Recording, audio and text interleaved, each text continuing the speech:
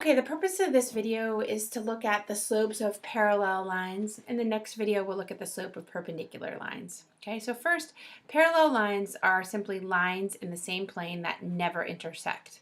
Okay, so let's look at an example here. I'm going to draw a couple different lines. So the first line I'm going to draw is y equals 1/2 x plus 1.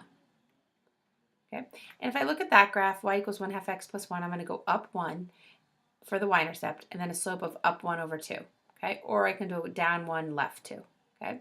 So there's my line. Okay.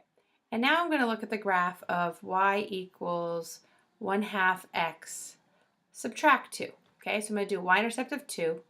I'm going to go up 1 over 2, up 1 over 2, okay? So my graph's going to look like that, okay? Both of these have a slope of 1/2. And this has a slope of 1/2.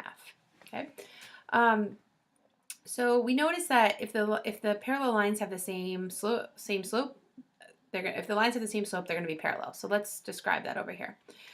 So we can simply say that, and this only works for non-vertical lines in this case. Non-vertical lines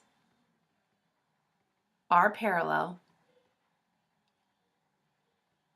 if they have the same slope and different y-intercepts.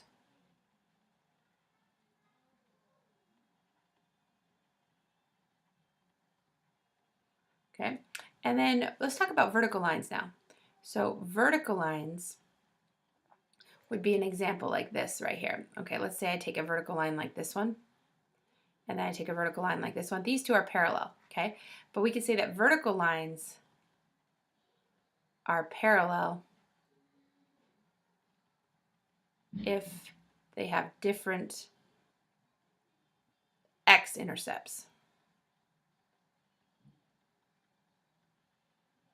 Okay, and you can see right here, they do have different x-intercepts. If they happen to have the same x-intercept, then it's just going to be one line on top of the other, and we don't want that. So parallel lines are lines that have different x-intercepts. Okay, next example here, we're going to look at a line that passes through 12,5 and is parallel to that given line. What equation represents a slope-intercept form? Okay, so we're going to start off with what our ultimate goal is. Our ultimate goal is to get y equals mx plus b. And we know from our work with slope-intercept forms that I need to know what my slope is and I need to know what b is. Okay, so we're going to go back up to our beginning and we're going to say, oh, I already happen to know that b is 2/3. Okay, so that gives us a piece of the puzzle. I can say over here that m is 2/3. Okay, and then we also know that x is 12 and y is 5.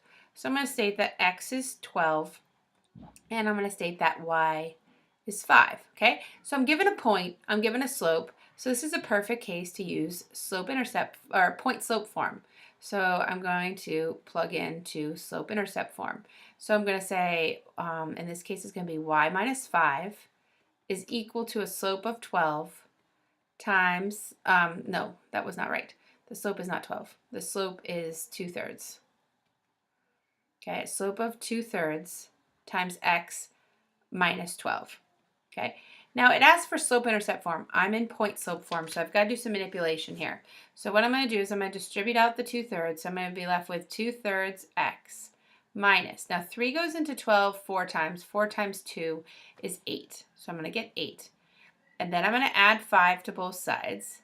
And I have a final result, which is y equals 2/3 x subtract 3.